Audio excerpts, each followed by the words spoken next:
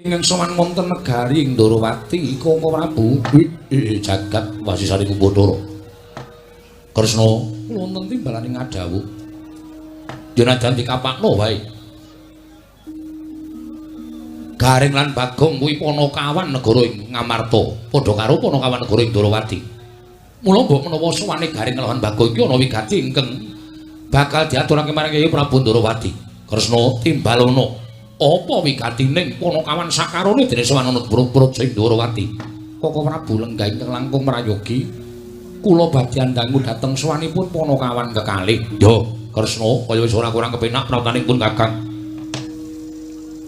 Panakawan Garing padha raja sapraptamu Panakawan ning Brata ing Ndorowati nala Garing nonamit pasang kaliman tabik tinebina ing lodone Demawaing tawang tuwang linepatno ing tulak manuk kepareng kula ngaturaken sembah sumangga pangabektinipun ingkang abdi pun nala Garing kunjuk mersa paduka Gusti kula ingkang sinuwun ing Ndorowati Sang Prabu Sri Bathara Kresna iya nala Garing ingsun tampa akarya bombong penggali ingsun dening atase Panakawan batur drajate nanging tata kramamu banget nggone nuju prana marang penggali ingsun matur sembah nuwun tanpa pepindhan mugi adamel bombong penggali paduka Gusti kula ingkang sinuwun ing Ndorowati prayoga nunggun mulungguh sampun boten kirang prayoga kenging kula ngabiyantura ngersa paduka Gusti kula ingkang sinuwun Prabu Sri Bathara Kresna iya nala Garing Panakawan Bagong padha raja sapraptamu Panakawan nonamit pasang kaliman tabik tinebeng ing Demawaing tawang-tawang kowe iki ngopo Gong men kaya kowe rasa kaya aku watake dhewe-dhewe linepana ing tulak manu sinuwun kepareng kula ngaturaken sembah sumungkeming pangabekti kula kunjuk sandhapada paduka Gusti kula Sang Nata Prabu Sri Bathara Kresna jagat Dewa Bathara ya jagat pangestungkara Bagong dalem kepenak tembungmu gawe bombong penggali ingsun matur sembah nuwun pangestuning ingsun tampan ana Panakawan kula pundi nggo jimat paripe dayana ing kasantosan paring pangestu paduka amawakana kabejaning gesang kula sinuwun iya Panakawan Bagong prayogakna sampun boten kirang prayogi oh nala Garing kowe padha raja sapraptamu nala Garing kados Penemban Durna iya aku bendaramu Saka Lima Penemban Durna lenggah wonten ing mriki ya wis pancen sawetara aku suwan anak Prabu Ndorowati bekti kula kunjuk Penemban tak tampa pangestuku tampan ana ya nala Garing nun nggih sanget anggen kawidatosaken jimat paripe Panakawan Bagong padha raja sapraptamu Panakawan menika kados Penemban Durna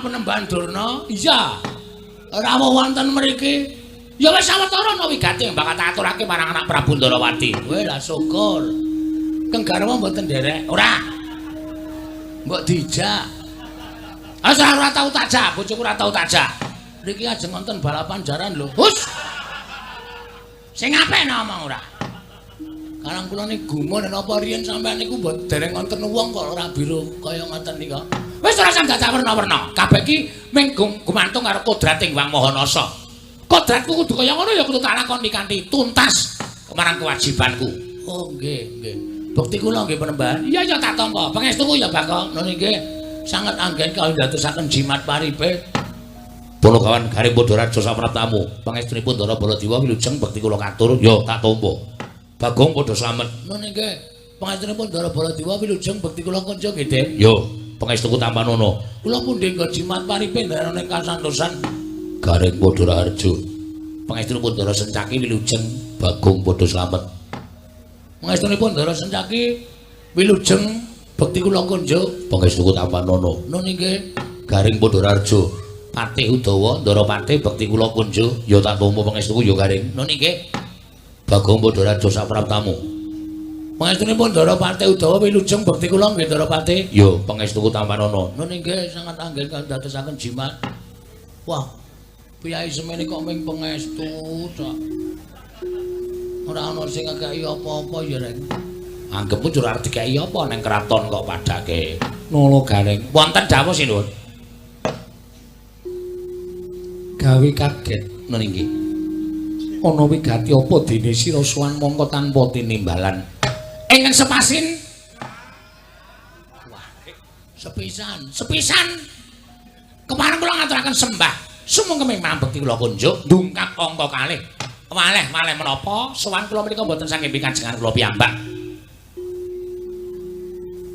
cokat ceket kula ringkes rembakipun supados samangke Gusti kula ngisi Windrawati enggal priksa menapa to sababipun dene kula keraya-raya kedarang-darang sowan wonten negari Ndrawati apa dikongkon bapakmu sanes apa saka karepmu dhewe sanes apa karang kedempel ana perkara mboten lah ana apa Gareng kula mboten dipun kongkon bapak kula mboten dipun kongkon kalih napa jenenge kulawargane Semar bojo kula ya ora ning mugi andadosna kawuningan sampun wonten setunggal candra menika Petruk menika opname lho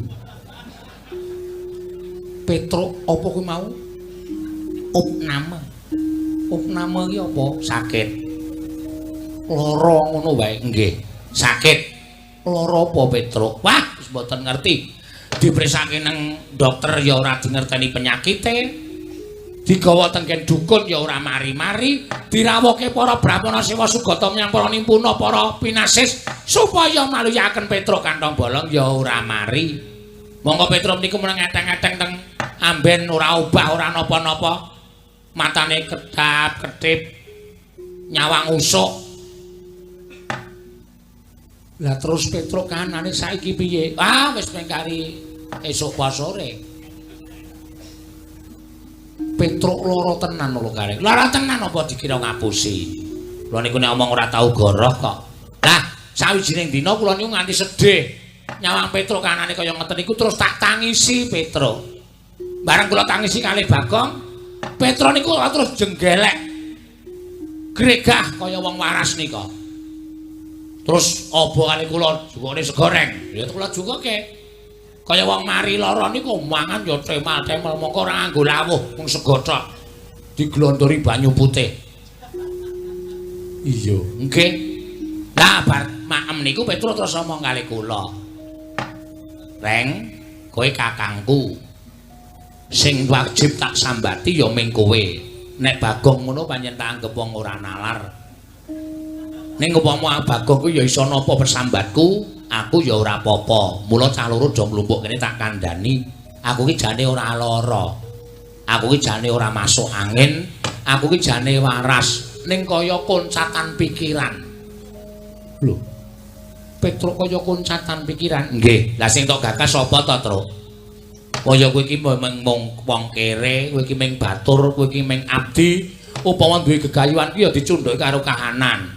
Wong ki nek duwe gegayuhan ngungkuli karo kekuatane dhewe kuwi tegese ngibarate kaya dene cecak nguntal cagak cebol kayu mulan wuta ngitung lintang tange kelakone cepak wurunge mula nek gegayuhan iki dicundhuke karo kekuatan ora usah dadak mikir sing abot-abot kula ngaten niku terus Petruk heeh Kang aku ora arep mikir abot ning aku iki mung netepi karo sing wis nate dingendikake lah sing ngendika sapa Petruk terus matur sing ngendika Sinuwun Prabu Sri Bathara Kresna lho aku tahu omong apa karo Petruk mangke riyen dereng ampun dipedhot. Crita kula dereng rampung. Apa Sinuwun Prabu Ndara Kresna tau tate ngendika karo kowe? Tau. Jaman apa? Jaman nalika semana ilanging pustaka Jamus Klimasada dicolong Dewi Mustakaweni. Nalika semana aku sing iso nemmokke pustaka Jamus Klimasada, Sinuwun Ndarawati tau tate paring dawuh karo aku. Sapa sing iso nemmokke pustaka Jamus Klimasada?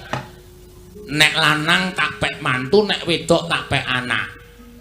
Monggo Petruk nalika semanten sing iso ngaturake pustaka Jamus Klimasada mbuh lantarane apa? Ning sing ngaturke teng sampeyan niku Petruk kantong bolong adi kula. Lah kok jebul Petruk niku awake lemes ora duwe daya niku mikir pangendika sampeyan. Nuwun sewu lho, Den. Nuwun sewu. Nalindra menika sabda Brahmana Raja, sabdaning Nalindra pengendikaning pendhita menika ora kena wola-wali kaya Wikresna tumaming Dlancang Seta, ora kena lumebek. Nek ngendika A ya kudu kelakon A, nek ngendika B ya kudu kelakon B, nek ngendika C ya kudu kelakon C. Monggo panjenengan wis tau tate ngendika Mongko sing napa pangandika sampeyan Petruk. Lah niki Petruk niki nagih janji karo sampeyan. Gandeng negara Ndrawati saniki geger merga ana wong wadon sing jeneng Purantawati. Niku Petruk terus lara. Larane Petruk meng digatek karo Sinuwun Prabu Kresna, meng ngelingke karo Sinuwun Prabu Ndrawati supaya eling karo pangendikane duk nalika semana. Nek sampeyan eling matur nuwun, nek ora teges sampeyan mentala nyumurupi patine Petruk. Monggo Petruk wis omong kali kula, "Reng, kowe ning negara Ndrawati. Terus kowe matur bab janjine Sinuwun Kresna. Nek Sinuwun Kresna ora gagas, wis ikhlasno aku, Reng. Aku arep golek dalaning pati, aku arep gantung. Nek nganti Petruk iki mengko tekaning pati, nuwun sewu, panjenengane Sinuwun Ndrawati tegese utang nyawa karo Nalagareng. Panjenengan utang nyawa kalih kula. Nek nganti sampeyan ora netepati janji sing pun nate pangendikake, terus dadi jalaran Petruk tekaning pati, ateges Sinuwun Ndrawati utang nyawa karo Nalagareng. Tantri maning Nalagareng. Arep awak kula kaya ngeten niku, arep awak kula tangan kula cekot, sikil kula becik, mata kula kira. Ning nek kula bumi angus negara Ndrawati ora nganti telung kedheping netra, mesti kula sing kobong. Piye to Reng le sumbar iki ora? Bumi angus negara Ndrawati kok mesti kula sing kobong. Ha kene iki ngrungokke tenanan le omong mencla-mencling. Mboten nganti sak siling bawang, sak umuring jagung, sak uruping damar. Negari Ndrawati mesti badhe kula osak asih. Kula damel basih busa. Busa basih. Pun cekap semanten atur kula. Kemareng kula anengga dhateng Sabdatama Paduka Gusti kula ingkang sinuwun.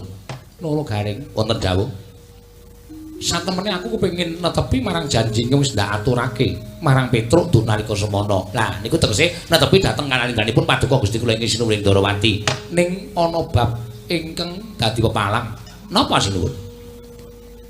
Bapa Penembanduna rawuh mrene iki uga bakal kepengin mboyong lawan anakku Purantawati. Lho.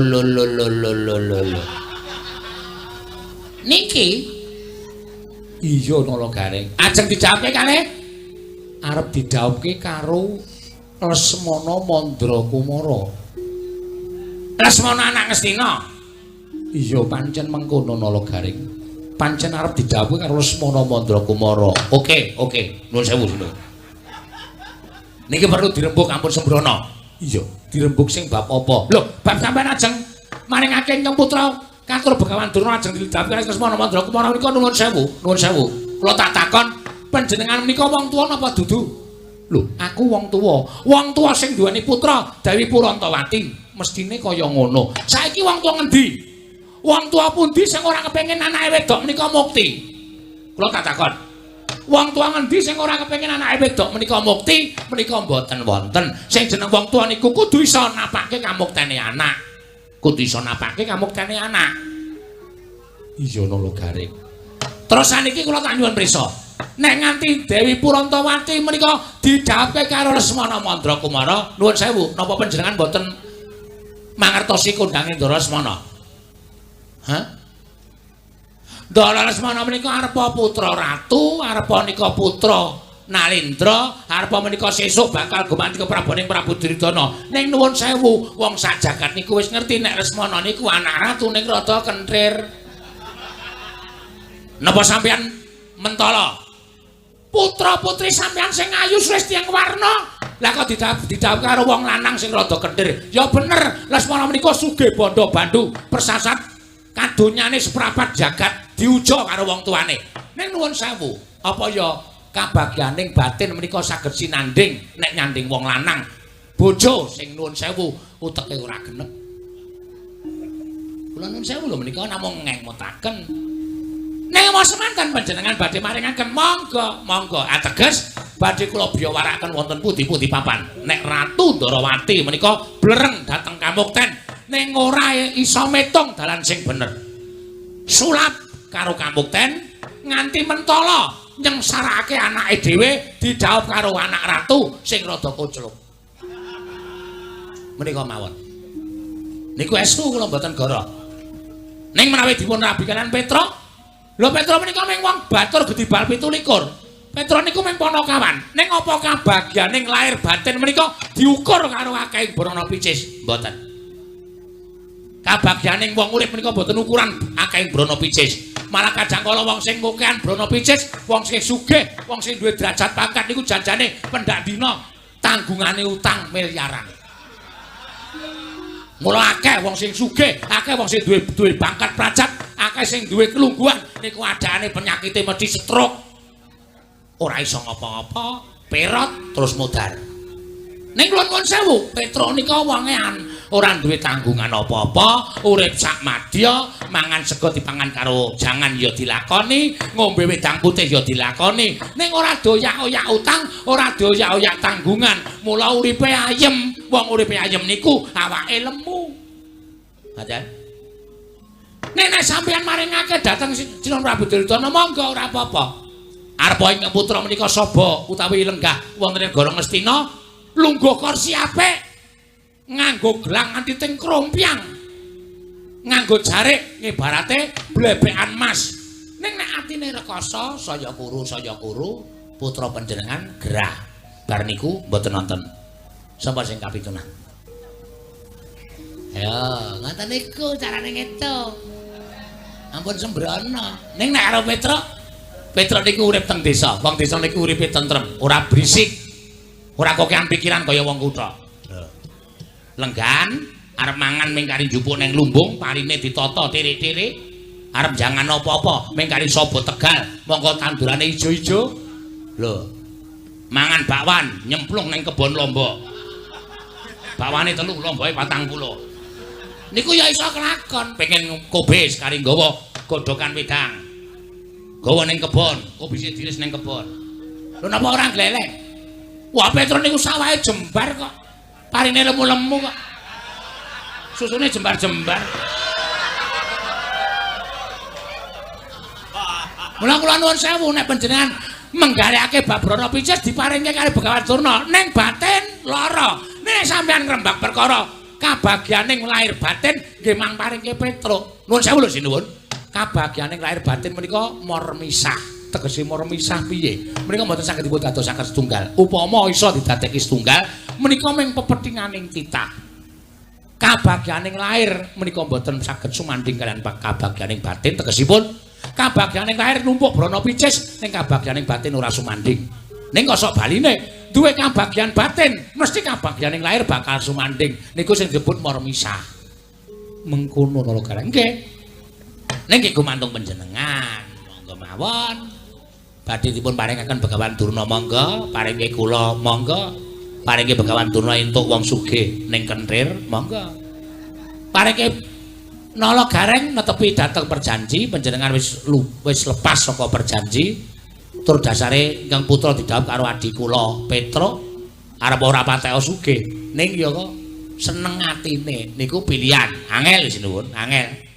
Nuwun sewu angel. Kula percaya panjenengan wis dimingi-mingi werna-werna karo Begawan Durna. Mula ora iso omong apa-apa. Nek pancen dipun paringi Begawan Durna, monggo mboten napa-napa. Kula tak bali tak ngrukti kunarepane Petruk cetha tekaning mati nglalu merga ora kelakon dawuh karo putramu. Mboten napa-napa. Kula kelangan ati mboten napa-napa. Niku wis dadi resiko kula.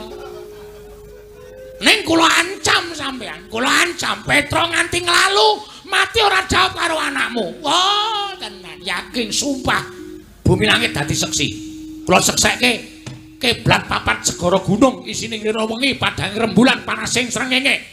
Kula ora arep tepung karo Prabu Kresna diparingi Begawan Durna. Niku tenan, kula ora arep suwita karo Prabu Kresna. Yen perlu mantan Ngastina tak obrak-abrik legane atiku.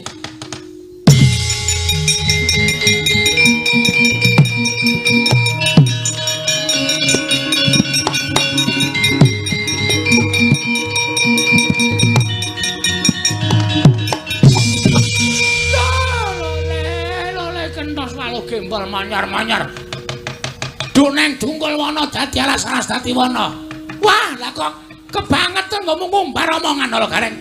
Ing atase kowe mung drajating Panakawan Gedibal 17 wong elek nyolok mripat. Kowe iki mung batur.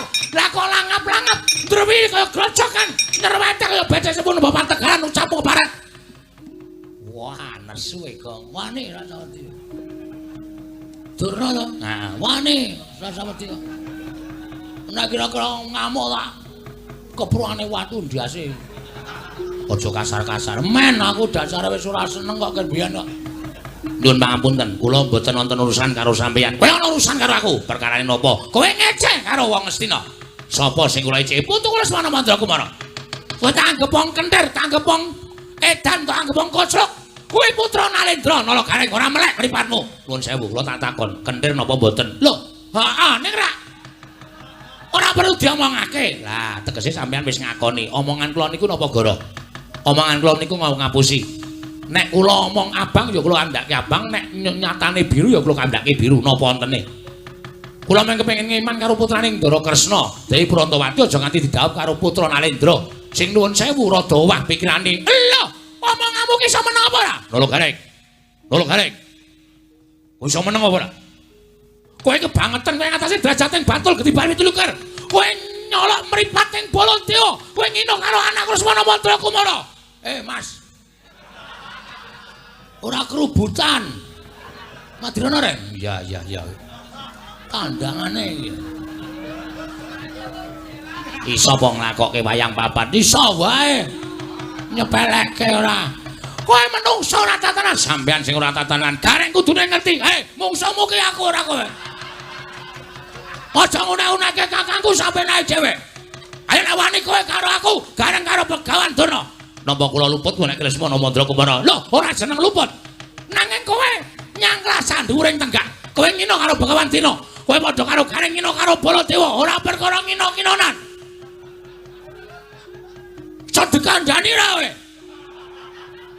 Menungsa apa kaya ngene? Lho, malah ngecek karo Begawan Durna ngecek karo Baladewa. Apa-apamu? Wah, yen ngono pancen peparang Lesmana Mandrakumara ki mung Panakawan.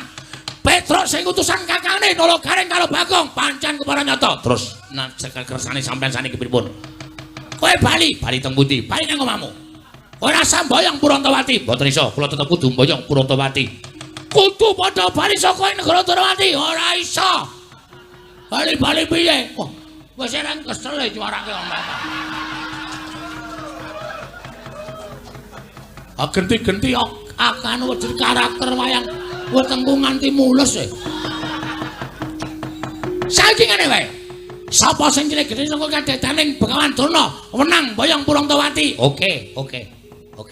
Kono wis nantang urung tak anteni. Hei. Ayo ge omong. Malah meneng wae. Lho, kowe iki karepmu piye? Omong piye? Omong kaya Durna kuwi.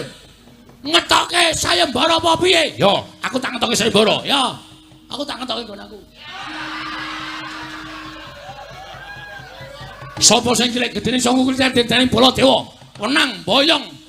Ya kuwi Dewi Brantawati. Oke, tak tandangi. Semono aku ya arep ngetokke sayembara. Sayembaramu apa? Sapa sing iso nglangkahi bathange gareng? Lho. Iki kok bathangku iki piye to iki? Oh iya lali aku. Dadi mati kowe nang ora apa-apa. Dengkulmu mlocot ora. Anakku cilik-cilik. Ayo aja aku kok ya. Dudu nang ngene, papane wong neter katetean. Dudu nang ngene, papane. Ayo, metu coba. Bareng kabeh aja nganti pokoke iki.